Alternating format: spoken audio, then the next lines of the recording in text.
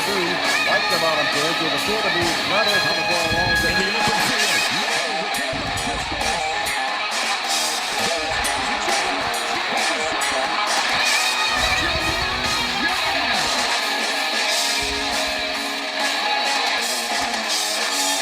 Touchdown. Can you believe it? What a game this was. Downfield, underthrown, and intercepted.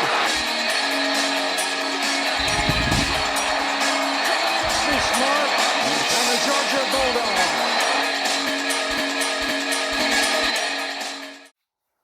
Sometimes you just need a miracle, and sometimes it can happen in 1 second.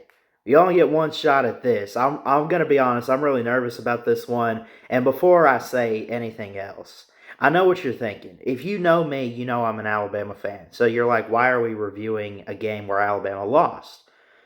Well, there's a lot of great games historically in college football that need to be reviewed sometimes, and we need to go back. And, it was one of those games for me personally. And what we're talking about is the 2013 Iron Bowl from November 30th, 2013. It was number 1 Alabama. It was number 4 Auburn, the kick 6 with Chris Davis, right?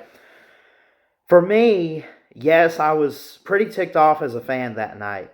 Yeah, I can remember I was 11 years old, and we're at my grandparents' house, and we're sitting around watching all these games, and I think we were waiting for stuff like LSU or whoever they play. Who do they play? Texas A&M. And we're waiting for like Clemson, South Carolina. Michigan, Ohio State had already played. And, we're watching all these college football games, and the big one comes on at 3:30. My grandparents had lived in South Carolina at the time, so it was Eastern time. The game comes on. Leading up to it, Alabama was undefeated and looking to three-peat, kind of like what Georgia's trying to do this year, right, in 2023.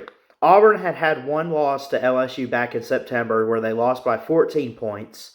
The winner of this 78th edition of the Iron Bowl goes to Atlanta to play either Missouri or South Carolina. It ended up being Missouri. And, of course, we know that Auburn's going to win this game. But there's a lot you probably didn't realize about the game. I think a lot of people look at this kick 6 game and they just look at Chris Davis. But there's some facts I got for you guys today about this game, and I'd like to remind you of a few plays. This game was based on 1 second, but some people might forget the other 59 minutes and 59 seconds of game time. Do the math, 60-minute game, right? For the first time ever, it's a winner-take-all Iron Bowl matchup on November 30th, 2013. And I don't know about you guys, but from the pregame and college game day to, being in Auburn and everything, up until kickoff, you just had this feel that something crazy was going to happen in this game. A lot of people picked Alabama. I think Charles Barkley was the game day host, guest appearance. And he was pretty much one of the only guys to pick Auburn. A lot of people were not picking the Auburn Tigers in this game. And you can't blame them for that. I mean, you had A.J. McCarron with the Alabama Crimson Tide. You had T.J. Yeldon, Amari Cooper. You had all of these experienced playmakers on offense. And then you had all these defensive players. What did you expect? Alabama was looking to three-peat. They thought they could do it. It didn't happen. For the first time ever in history, it's a winner-take-all Iron Bowl matchup. I mentioned it's November 30th on 2013. A couple weeks prior, we had the prayer at Jordan-Hare, literally 2 weeks prior to the kick 6. But what about what people forget about this game, right? People forget, and I say all this because they only remember the last second. They know, if you say 2013, it's Chris Davis. There goes Davis. Davis is going to run it all the way back. Auburn's going to win the football game. Oh, Chris Davis. There's some things you probably didn't notice, or that maybe you forgot about this game. Let's not forget about the 21-7 lead Alabama had with 2 minutes until halftime. Right? What about, here's a good one. Here's a good one. The 99-yard Hail Mary that was almost the play of the game had Alabama won, right? That A.J. McCarron found Amari Cooper where he caught it around maybe the 30-yard line and just ran down the sideline to give Alabama the lead. So, what about this? Auburn had to tie it up, giving Alabama 32 seconds left to figure something out to break the tie, right? Not to mention, did they put a second back on the clock for Chris Davis? Auburn didn't want that final second. I think that's the biggest thing that kind of gets me is it's hilarious. We had 4 overtimes in the Iron Bowl of 2021. Great game. Alabama wins. We get that. It almost went to overtime in 2013. For the first time ever, the Iron Bowl was going to go into overtime. You remember how long it took? It took them like 5 minutes of our lives sitting there biting our nails as Alabama fans, biting your nails as Auburn fans, that you either wanted 1 second or you didn't. Maybe there were some Auburn people out there that said, I don't care what happens as long as we can play defense or block a field goal or something. People forget that Cade Foster was the kicker that entire game. Only touchdowns were scored in this one. Auburn did not have to attempt field goals. Alabama did, but you had one that was blocked in the line, one was hooked wide left, one was blocked, and then it went up in the air, and someone caught it. I want to say it was was it Robinson Therese was his name? I could get it mixed up, but the kicking game for Alabama in this day was not good. They got Will Reichert today. He's doing really good. He's the lead scorer in the SEC, and pretty much now in NCAA history, he's just great. Alabama used to be so bad at kicking the football. They kick it out of bounds.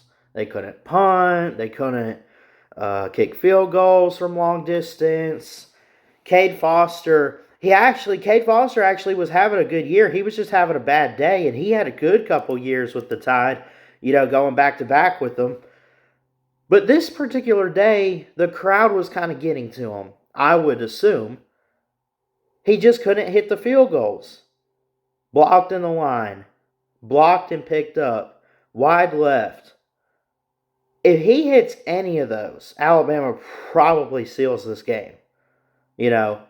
Only touchdowns were scored. How about people forget? I think I already mentioned this. I'm getting so excited about this one. In the final 32 seconds, 2 incompletions led to 7 seconds to the run out of bounds play with TJ Yeldon. Auburn got upset, wanted overtime. They put 1 second back on the clock. And because he went out of bounds, it wasn't going to be a live clock when they blew the whistle. So they had time to snap the ball and kick it. Okay, that being said, there was so much momentum in this game. Alabama was the favorite. They had all the advantage in the world. It was number 1. It was number 4. Man, I mean, I smile, and like I said, I know I'm an Alabama fan, but this Kick 6 game was so historic. And I think it's games like this that have made the Iron Bowl so much bigger and bigger each year. I think it's made it what it is today. Yeah, we have the jokes every now and then around the Thanksgiving dinner table, but, I mean, come on. You can't deny that was a historic moment.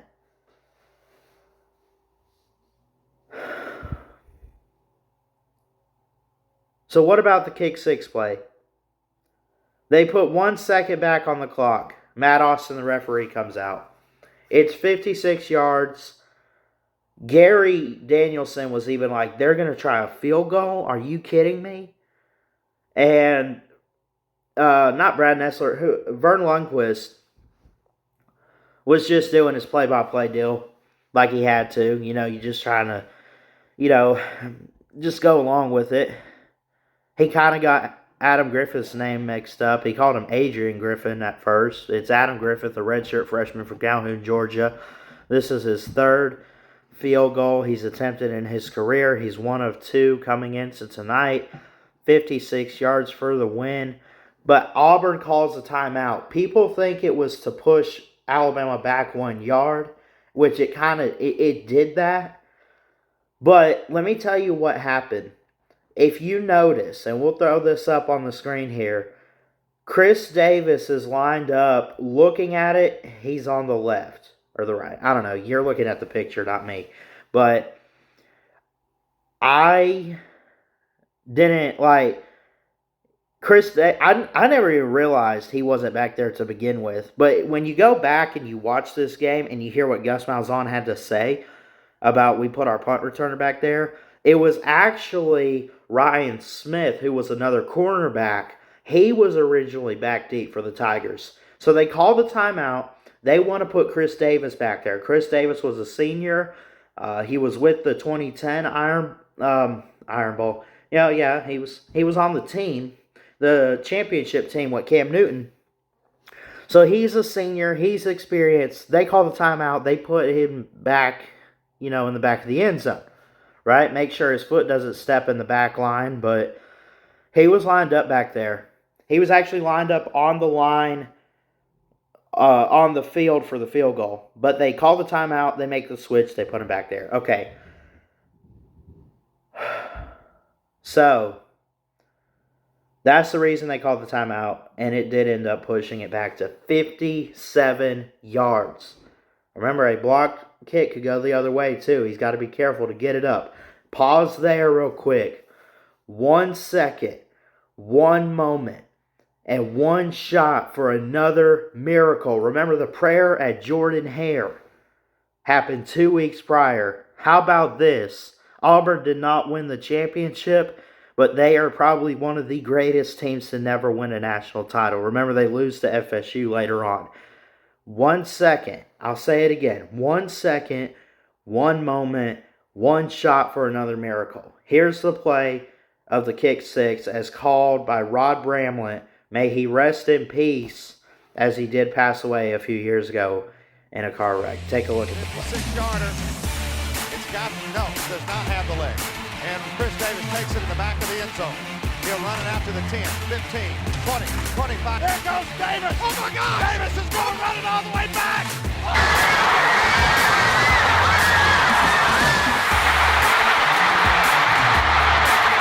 Auburn's going to win the football game. Auburn's going to win the football game. He ran the missed field goal back. He ran it back 109 yards. They're not going to keep him off the field tonight.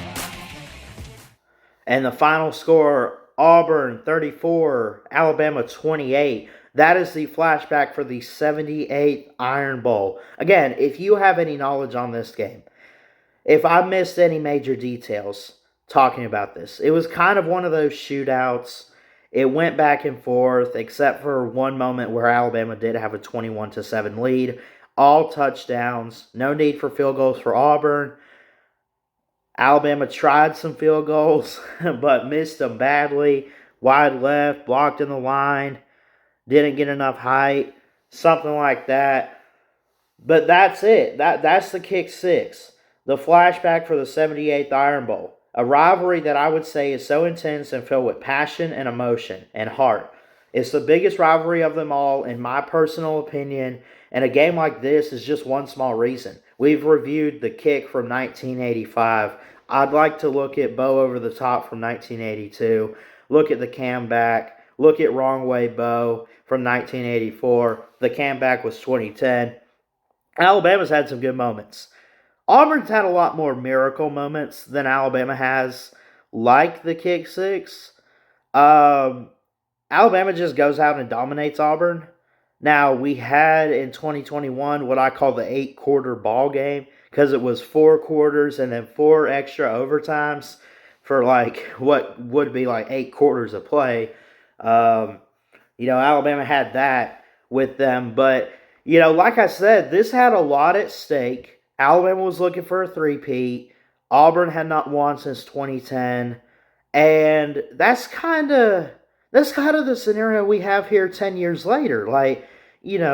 Auburn has lost actually the last 3, But at that time, it was the last two. So, like, is Auburn due? I want to hear from you guys about this year's Iron Bowl in 2023. I know Auburn is struggling. They're trying to figure stuff out. Hugh Freeze, is he even fit to be Auburn's head coach? I think he walked into a bad situation with what Harsin did. And I think he's just got to keep building up recruiting, and he'll win some games over Georgia and Alabama in no time. But for this year, I probably expect a kind of blowout with Alabama. You know, maybe it's more like the 2015 Iron Bowl. There's not really a 2017 or 2013 feeling if you're Auburn. I'm not saying it can't happen, but that's just how I'm viewing it today. So, but I want to hear from you guys, your thoughts on the kick six, anything you know about the kick six. Were you there? I got to hear from you guys. And I also want your score predictions for this year's Iron Bowl coming up this Saturday, November 25th, 2023. I love you guys. Happy Thanksgiving. Thanks so much for taking time out of your day to watch this. Please like, comment, and subscribe right here to Ballard Sports Media for more sports content. And until next time, Ballard Sports Media, checking out. I love y'all. Peace. Happy Thanksgiving. Roll Tide. Like the Volunteers, with a sure to be rather comfortable along the open field.